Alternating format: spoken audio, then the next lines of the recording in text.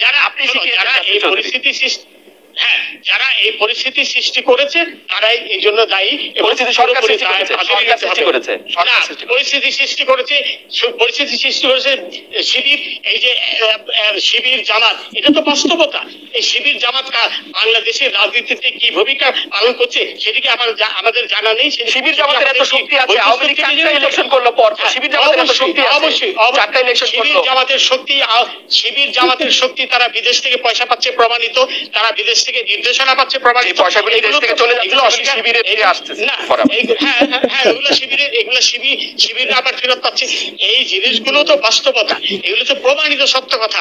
এবং এই যে গতকাল যখন নূর নামে একজনকে যখন ম্যাজিস্ট্রেট কোর্টে প্রডিউস করা হলো, তখন সেইখানে যে ইটা ছিল, ফরওয়ার্ডিং ছিল, সেই ফরওয়ার্ডিং এ বলা হয়েছে যে নূরের সাথে এই কোটা আন্দোলনের নেতৃত্ব দিচ্ছে এমন দুজন ছাত্রের কথা হয়েছে। এটি তারা পেয়েছে সেই কথা, এবং তারেক জিয়া যে নির্দেশনা দিচ্ছে থেকে লন্ডনে বসে, সেই প্রমাণও তাদের কাছে আছে, সেগুলো প্রমাণ পেয়েছে। সুতরাং এবং শিবির জামাত আমরা উপেক্ষা করে যাব এটা তো কোনো কথাই হতে পারে না। শিবির জামাত আমাদের দেশের ধ্বংসাত্মক রাজনীতি করছে। 1971-এ তারা রাজনীতি করেছিল। আওয়ামী লীগের রাজনৈতিক বয়ান আপনিও দিচ্ছেন স্যার। আমি একটু আওয়ামী লীগের রাজনৈতিক বয়ানটাই খালেদ, এটা সকলে এটা হলো বাস্তব। অবশ্যই মানে এটি অস্বীকার করা মানে হলো, এটা অস্বীকার করা না, এটি বলা মানে হচ্ছে যে ঝামেলাটা হয়েছে তার থেকে পাশ কাটানো। স্যার আমি একটু আপনার আরেকটা মোটেও না শোনো, এই শিবির জামাতের একমাত্র উদ্দেশ্য দেশকে পাকিস্তান বানানো, দেশে তালেবানি রাষ্ট্র প্রতিষ্ঠা করা, এবং এই উদ্দেশ্য নিয়েই তারা, এটা তো জামাত-শিবিরের সাথে আমার কথা, জামাত-শিবিরের এই উদ্দেশ্যের কথা তো তারা বলে না, এই যে জামাত-শিবিরের এই উদ্দেশ্যের কথা বলে না, এই যে সাধারণ ছাত্রদের শোনো খালেদ, সাধারণ ছাত্রদের ব্যবহার করা হয়েছে, তারা জানতো না জেনেই তারা এই জামাত শিবির বিএনপির সাথে পা দিয়েছে। এখন কিন্তু তারা বুঝতে পেরেছে তারা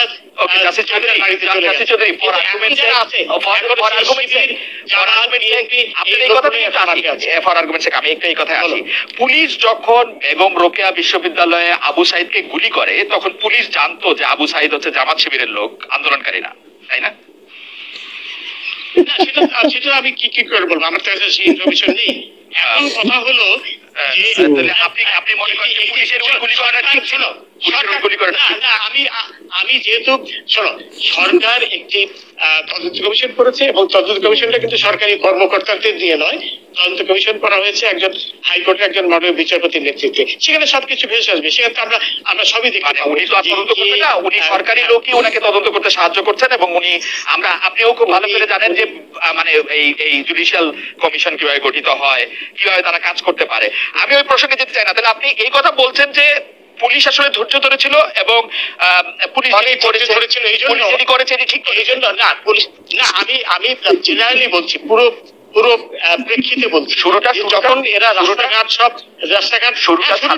রাস্তাঘাট মানে প্রথম দুদিন পরে যখন তারা রাস্তাঘাট বন্ধ করে দিল, তখন সকলের নিরাপত্তার জন্য, সকলের রাস্তা চলার স্বাধীনতার জন্য পুলিশের অবশ্যই গুলি করা না, পুলিশের অবশ্যই অ্যাকশনে যাওয়ার দরকার ছিল, এবং সেই অর্থে পুলিশ ধৈর্যের পরিচয় দিয়েছে। পুলিশের উপর তো আক্রমণ হয়েছে, পুলিশের উপর আক্রমণ হয়েছে,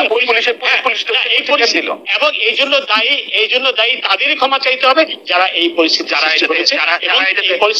উস্কানি দিয়েছে। হ্যাঁ, যারা উস্কানি দিয়েছে। সভাপতি সাধারণ সম্পাদক দিয়েছে না, এটা মানে আপনি উস্কানি দিয়েছেন। আপনি কোটা বাতিল করো, অ্যাটর্নি জেনারেলকে বলছেন, আর মুখে বলছেন রাজাকারের বাচ্চা, আপনি মুখে বলছেন রাজাকারের নাতিপুতি, আপনি মুখে বলছেন যারা নিজেরাই বলে তুমি কি আমি কি রাজাকার, তারা তো নিজেরাই বলছেন আমরা রাজাকার। হ্যাঁ, প্রধানমন্ত্রী বলেছেন, প্রধানমন্ত্রী আরো বলেছেন, আরো আরো বলেছে যে ইসে বাংলাদেশের মাটি রাজাকারের ঘাঁটি, এই কথাগুলো যারা বলেছে তারা সশিক্ষিত। হ্যাঁ বলেছে, এইটা একটা স্লোগান ছিল। এবং সবচেয়ে আরেকটা বড় কথা হলো যে এখানে এই কোটার, শোনো, কোটার সাথে ভারতের সম্পর্কটা কি, তারা ভারতের বিরুদ্ধে স্লোগান দিয়েছে। সবকিছু মিলে এটি অত্যন্ত পরিষ্কার যে এটি মোটেও কোটার বিষয় কোনো বিষয় ছিল না। কোটার যে সাধারণ ছাত্ররা তারা এদের ফাঁদে পা দিয়েছিল তা না বুঝে, এবং যখন দেখলো আপিল বিভাগের রায়ের পরে তারা কিন্তু সবাই এখন বুঝতে পেরেছে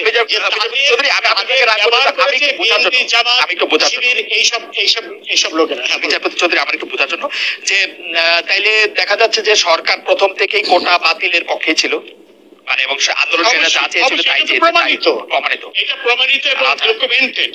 তারপর তাই বলছে ওবায়দুল কাদের আওয়ামী লীগের সাধারণ সম্পাদক, আওয়ামী লীগের সভাপতি, প্রধানমন্ত্রী শেখ হাসিনা এবং আইনমন্ত্রী যা কিছু বলেছিলেন তাদের বক্তব্য না। খালেদ শোনো, তারা কিন্তু কেউ বলেনি যে কোটার পক্ষে। সবচেয়ে বড় কথা অ্যাপিলেট ডিভিশনে কি ডকুমেন্ট গেল সেটাই তো আমরা দেখবো।